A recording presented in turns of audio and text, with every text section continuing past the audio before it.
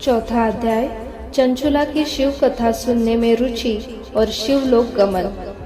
ब्राह्मण बोले, नारी, तुम सौभाग्यशाली हो जो भगवान शंकर की कृपा से तुमने वैराग्यपूर्ण शिव पुराण की कथा सुनकर समय से अपनी गलती का एहसास कर लिया है।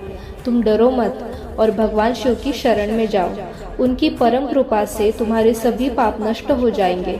मैं तुम्हें भगवान शिव की कथा सहित वह मार्ग बताऊंगा जिसके द्वारा तुम्हें सुख देने वाली उत्तम गति प्राप्त होगी। शिव कथा सुनने से तुम्हारी बुद्धि शुद्ध हो गई है और तुम्हें पश्चाताप हुआ है तथा मन में वैराग्य उत्पन्न हुआ है। पश्चाताप ही पाप करने वाले पापियों के लिए सबसे बड़ा प्रायश्चित है। पश्चाताप ही पापों का शोधक है। इससे ही पापों की शुद्धि होती है। सत्पुरुषों के अनुसार पापों की शुद्धि के लिए प्रायश्चित पश्चाताप से ही संपन्न होता है। जो मनुष्य अपने कुकर्म के लिए पश्चाताप नहीं करता वह उत्तम गति प्राप्त नहीं करता, परंतु जिसे अपने कुकृत्य पर हार्दिक पश्चाताप होता है वह अवश्य उत्तम गति का भागीदार होता है।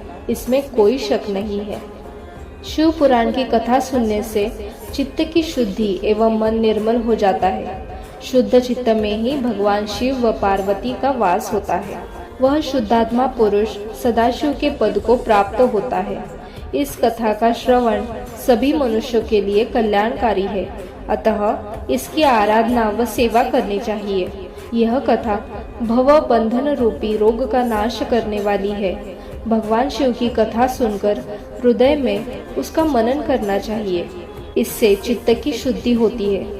चित्त शुद्धि होने से ज्ञान और वैराग्य के साथ महेश्वर की भक्ति निश्चय ही प्रकट होती है तथा उनके अनुग्रह से दिव्य मुक्ति प्राप्त होती है। जो मनुष्य माया के प्रति आसक्त है वह इस संसार बंधन से मुक्त नहीं हो पाता। हे ब्राह्मण पत्नी, तुम अन्य विषयों से अपने मन को हटाकर भगवान शंकर की इस परम पावन कथा को सुनो। इससे तुम्हारे चित्त की शुद्धि होगी और तुम्हें मोक्ष की प्राप्ति होगी। जो मनुष्य निर्मल हृदय से भगवान शिव के चरणों का चिंतन करता है उसकी एक ही जन्म में मुक्ति हो जाती है। सूत जी कहते हैं, शौनक, यह कहकर वह ब्राह्मण चुप हो गए। उनका हृदय करुणा से भर गया। वे ध्यान में मग्न हो गए। ब्राह्मण का उक्त उपदेश सुनकर चंचुला के नेत्रों में आनंद के आंसू छलक आए। वह हर्ष भरे हृदय से ब्राह्मण देवता के चरणों में गिर गई और हाथ जोड़कर बोली, मैं कृतार्थ हो गई। हे ब्राह्मण, शिव भक्तों में श्रेष्ठ स्वामीन, आप धन्य हैं। आप परमार्थदर्शी हैं और सदा परोपकार में लगे रहते हैं। साधु, मैं नरक के समुद्र में गिर रही हूँ। कृपा कर मेरा उद्धार कीजिए। जिस पौराणिक व अमृत के समान सुंदर शिव पुराण कथा की बात आपने की है उसे सुनकर ही मेरे मन में वैराग्य उत्पन्न हुआ है। उस अमृतमय शिव पुराण कथा को सुनने के लिए मेरे मन में बड़ी श्रद्धा हो रही है। कृपया आप मुझे उसे सुनाइए। सूत जी कहते हैं, शिव पुराण की कथा सुनने की इच्छा मन में लिए हुए चंचुला उन ब्राह्मण देवता की सेवा में वही रहने लगी। उस गोकर्ण नामक महाक्षेत्र में उन ब्राह्मण देवता के मुख से चंचुला शिव पुराण की भक्ति, ज्ञान और वैराग्य बढ़ाने वाली और मुक्ति देने वाली परम उत्तम कथा सुनकर कृतार्थ हुई। उसका चित्त शुद्ध हो गया। वह अपने हृदय में शिव के सगुण रूप का चिंतन करने लगी। वह सदैव शिव के सच्चिदानंदमय स्वरूप का स्मरण करती थी। तत्पश्चात अपना समय पूर्ण होने पर चंचुला ने बिना किसी कष्ट के अपना शरीर त्याग दिया। उसे लेने के लिए एक दिव्य विमान वहां पहुंचा। यह विमान शोभा साधनों से सजा हुआ था एवं शिवगणों से सुशोभित था। चंचुला विमान से शिवपुरी पहुंची। उसके सारे पाप धुल गए। वह दिव्यांगना हो गई।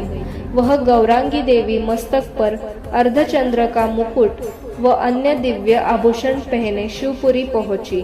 वहां उसने सनातन देवता त्रिनेत्रधारी महादेव शिव को देखा।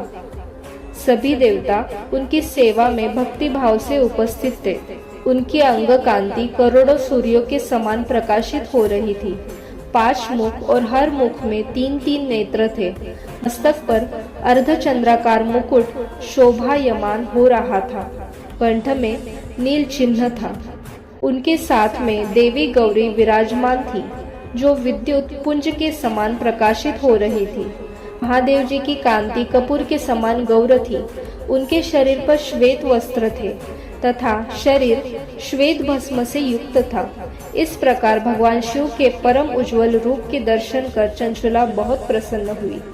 उसने भगवान को बारंबार प्रणाम किया और हाथ जोड़कर प्रेम आनंद और संतोष से युक्त हो विनीत भाव से खड़ी हो गई।